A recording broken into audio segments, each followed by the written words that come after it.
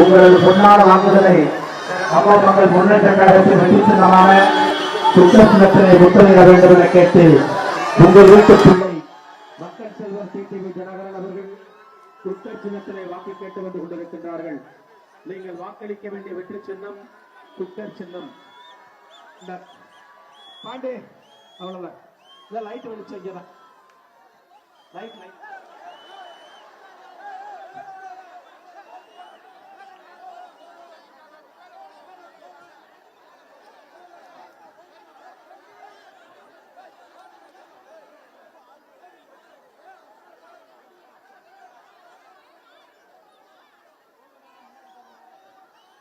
பேசிட்டு வர கீழே வர பேசிட்டு கீழே வர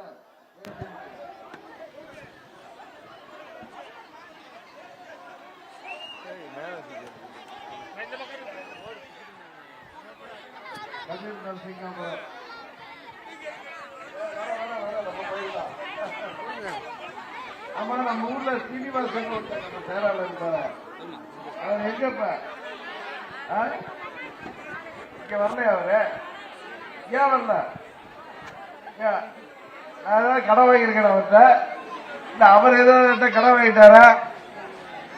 ஏமா யாரு நல்ல படிச்ச பழனிசாமியோட இருக்காரா? போய் போய் பழனிசாமியோட போயிருக்காரு.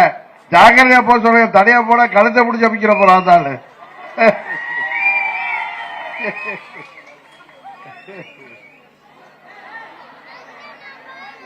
தம்பி போதும்பா. அந்த சீனிவாசனை கேட்டதா சொல்லுங்க. நம்ம எம்பி வந்துட்டு போனாரு. மறுபடியும் நாங்கெல்லாம் சேர்ந்து அவரை தான் எம்பி ஆக்க போறோம்.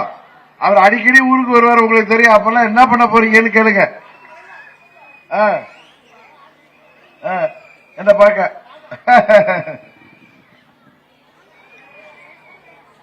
14 வருஷம் ஆகுதுங்க உங்களை எல்லாம் பார்த்து. அது கதிருக்கு வர்றதுனால எனக்கு ரொம்ப மகிழ்ச்சியா இருக்கும். காரணம் இங்க வந்து அந்த கோயிலுக்கு போகாம விட மாட்டீங்க. அம்மா எலெக்ஷன் அப்பெல்லாம் இங்க வந்து டெய்லி வருவேன் உங்களை பார்க்க. நம்ம பகுதியோட தேவைகளை உங்கள் வீட்டு பிள்ளையாக நான் இருந்து செயலாற்றிய காரணத்தினால்தான் ராமர் வனவாசத்துக்கு அனுப்புன மாதிரி என்னை அனுப்பிவிட்டாங்க எல்லாம் சேர்ந்து. நல்லவனுக்கு காலம் இல்லைன்னு உங்களுக்கு தெரியும். நான் பாட்டில் உங்க எம்பியா என் வீடு உண்டு சென்னையில இருந்து இங்க வருவேன், உங்களோட இருப்பேன். உங்களுக்கு தேவையானதை அம்மாட்ட சொல்லி வாங்கி கொடுத்துருந்தேன். என்ன அடிச்சுன்னே தெரியல, என்ன ஒதுக்கி இருக்க வச்சுட்டாங்க. நானும் கொஞ்சம் சுய கௌரவம் உள்ள பரவாயில்ல பார்த்துக்கோட்டு இருந்தேன். இப்ப வந்துட்டேன். சரியான நேரத்தில் உங்களை தேடி வந்திருக்கேன். காளியம்மா சரி.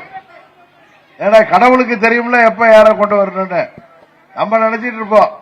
ராமரே வனவாசத்துல போய் 14 வருஷம் இருந்தாரு. நான் யாரு சாதாரண மனுஷன். எனக்கு ஒரு அதே மாதிரி 14 வருஷம் போய் இருப்பா. இப்ப வாப்பா நாங்க யாரு எப்படி, சீனிவாசன் எப்படி, அவர் எப்படி, இவர் எப்படி தெரிஞ்சுக்க முடியுதுல்ல. இந்த பழனிசாமியை முதலமைச்சர் ஆக்கணுங்க. அம்மா அவர்கள் மறைந்த பிறகு அதுக்கு நன்றி கடனா என்ன கட்சி விட்டு நீக்கிட்டாரு இருந்தாலும். ஏன்னா அந்த ஆளுக்கு நல்லதே செய்யாது, துரோகத்தை தவிர எதுவும் தெரியாது. அதனாலதான் சொல்றேன், சீனிவாசனை தனியா போய் பார்க்க சொல்லாதீங்க. யாரையும் அவருக்கு வேண்டியது பணம், பதவியில ஒட்டிக்கிட்டு இருக்கணும். யாரும் கிடைச்சா கழுத்தை பிடிச்சிட்டு இருக்கணும். நம்ம தான் பதவியில் உட்கார வச்சு இழிச்சா மாதிரி இருந்தோம். பாவம் பன்னீர்செல்வம் அண்ணனும் மாட்டிக்கிட்டாரு. 4 வருஷம் அந்த ஆட்சி தொடர்ந்து அவரையும் கட் அவுட். இப்ப கடைசியா தமிழ்நாட்டு மக்கள் பழனிசாமியா வெளில போன்னு சொல்ற நேரமா வந்துட்டு ரெட்டையிலைய தூக்கிட்டு யாரும் வந்தாங்கன்னா நீங்க கேளுங்க. டிடிவி தினகரன் வந்தாரு. முன்ன நான் அம்மா இருந்தப்ப அம்மாட்ட எல்லாம் கேட்டு உங்களுக்கு செஞ்சேன். இப்ப அம்மா அவர்கள் இல்ல, மறைஞ்சிட்டாங்க. ஆனா நம்மோட இந்தியாவுடைய பிரதமரே நம்மளோட இருக்காரு. உண்மையா இல்லையா? 10 வருடமாக ஊழலற்ற சிறந்த ஆட்சியை உலக நாடுகள் எல்லாம் பார்த்து வியக்கிற அளவுக்கு, இந்தியான்னா நீங்க எல்லாம் சல்யூட் அடிக்கிற அளவுக்கு ஒரு சிறந்த பிரதமர் தான் அவரு. அதனாலதானே 10 ஆண்டுகளா தொடர்ந்து இருக்கார். இப்பயும் அவர் தான் வரப்போறாரு. தமிழ்நாட்டு மக்களும் அவருக்கு சிறப்பு செய்கின்ற விதமாக, அவரை கௌரவிக்கின்ற விதமாக இங்கே மாபெரும் வெற்றி அவருக்கு பெற்றுத்தர வேண்டும். நமது தொகுதியில போய் ஸ்டாலின் கேட்ட செய்வாரா? சொன்னதே உங்களுக்கு செய்யறது இல்லை. நீங்க ஜெயிக்க வச்சு இதுல நாம் போய் சொன்ன செய்வார் அவரு? யாரு செய்ய முடியும்? மோடி தான் செய்ய முடியும். அதனாலதான் மோடியோட கூட்டணி. ஏன்னா எனக்கு எது வேணும்னு போய் கேட்க போறேனா? சொல்லுங்க. எனக்கு வேணும் ஒரு 50 லட்சம் கொடுங்க, 1 கோடி கொடுங்கன்னு கேட்க போறோமா? நமக்கு யார்ட்டையும் கேட்டு பழக்கம் இல்ல, கொடுத்துதான் பழக்கம். உங்களுக்கு தெரியும். நான் ஏதோ தற்பெருமையா பேசல. உங்களுக்கு என்னை பத்தி நல்லா தெரியும்.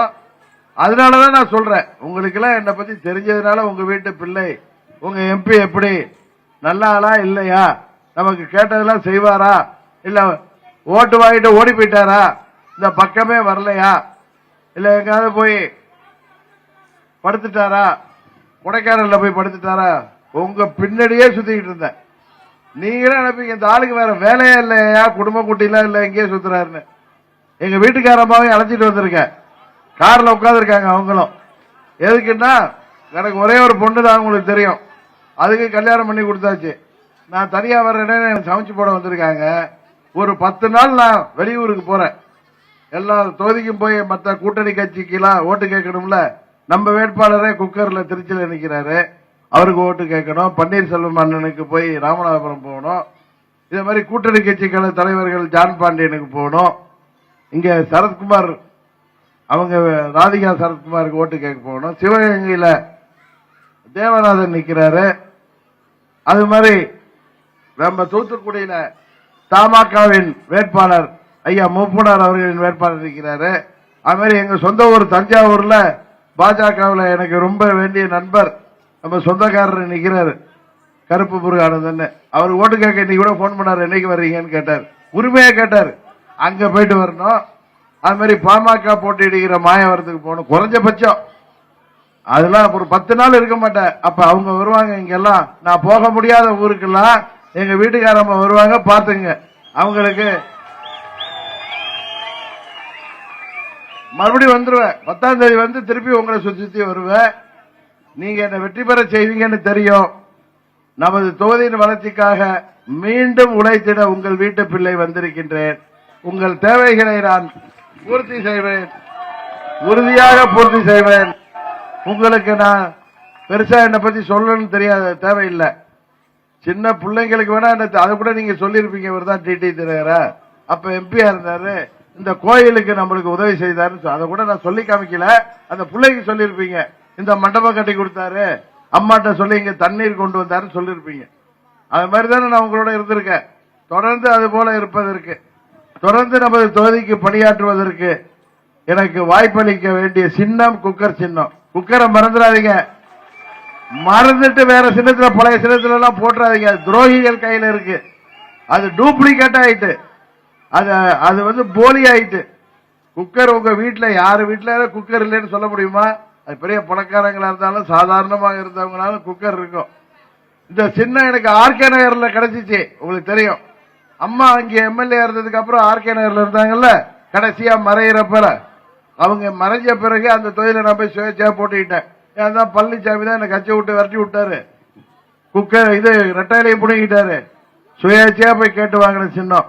ஆனா அந்த மக்கள் உங்களை மாதிரி அன்பானவர்கள், நேர்மையானவர்கள், காசு பணத்துக்கு எல்லாம் மதிக்கல. இன்னும் சொல்ல போனா பழனிசாமி ஓட்டுக்கு 10,000 ரூபாய் கொடுத்தாருங்க. ஓட்டுக்கு ஒரு வீட்டுல 5-6 ஓட்டு இருக்கும். இத்தனைக்கும் அந்த மக்கள் அன்றாட காட்சிகள், பாவம் தினக்கூலிகளாக டெய்லி வேலைக்கு போனாதான் ஆணுக்கும் பெண்ணுக்கும் வீட்டுல அடுப்பெரியும். 500 ரூபாய் வேணும்னா பாவம் காலமேல இருந்து நைட்டு வரைக்கும் உழைக்கணும்.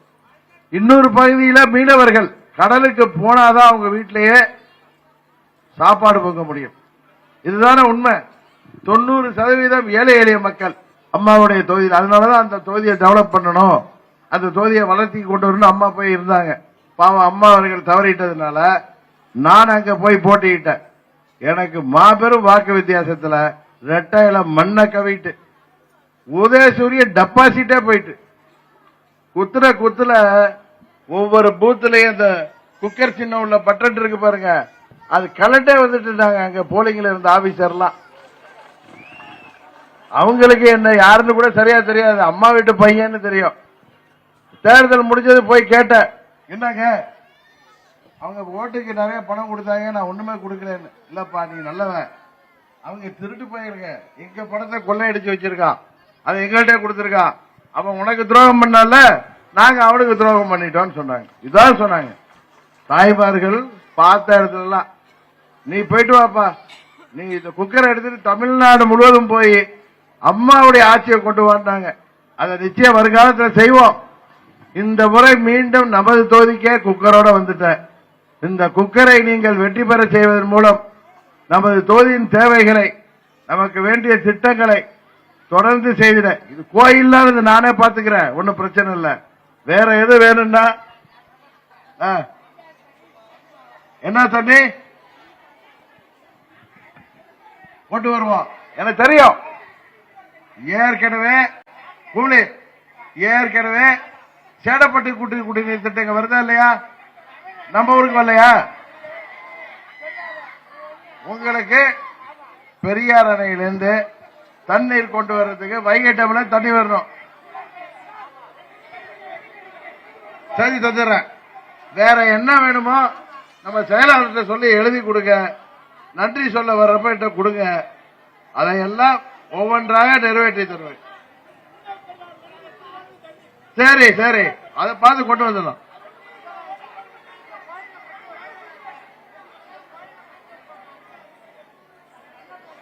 சரிங்க, சரி கொண்டு வர்ற. உங்களுக்கு பெரியார் அணையிலிருந்து தண்ணீர் வேண்டும், விவசாயத்திற்கு குடி தண்ணீர். அதை கொண்டு வருவதற்கு என்னை மீண்டும் அதற்கான சக்தியை கொடுங்கள், என்னை வெற்றி பெற செய்யுங்கள். அப்பொழுதுதான் நான் செய்ய முடியும். கரெக்டா? வெறும் கையில முளம் போட முடியாது. என்னை எம்பி ஆக்கினாதான் நான் போய் கேட்க முடியும். எங்களை ஜெயிக்க வச்சிருக்காங்க, நான் கூட்டணியில நின்று ஜெயிச்சு வந்திருக்கேன், எனக்கு செஞ்சு கொடுங்கன்னு கேட்கலாம். சரியா இல்லையா? நான் சொன்னது சரிதானே? அதை செய்து தருகிறேன். நீங்கள் குக்கரிலே என்னை வெற்றி பெற செய்யுங்கள். மீண்டும் உங்களுக்காக பணியாற்ற வந்திருக்கேன். இனிமே இந்த கொம்பனை எங்க என்ன ஒண்ணு உங்கள்கிட்ட பிரிக்க முடியாது. இனிமே எந்த கொம்பனை என்ன பிரிக்க முடியாது. அம்மாவுக்கு கட்டுப்பட்டு நம்ம ஒதுங்கணும், அவ்வளவுதான். நான் யாருக்கும் பயப்படுவேனா? இனிமே எந்த கொம்பனும் எந்த கொம்பியும் நம்மள ஒண்ணும் பண்ண முடியாது. சரியா இல்லையா? குக்கர்ல ஜெயிக்க வைங்க, உங்களுக்கு வீட்டு பிள்ளை மீண்டும் உங்களை தேடி வருவேன். நன்றி, வணக்கம்.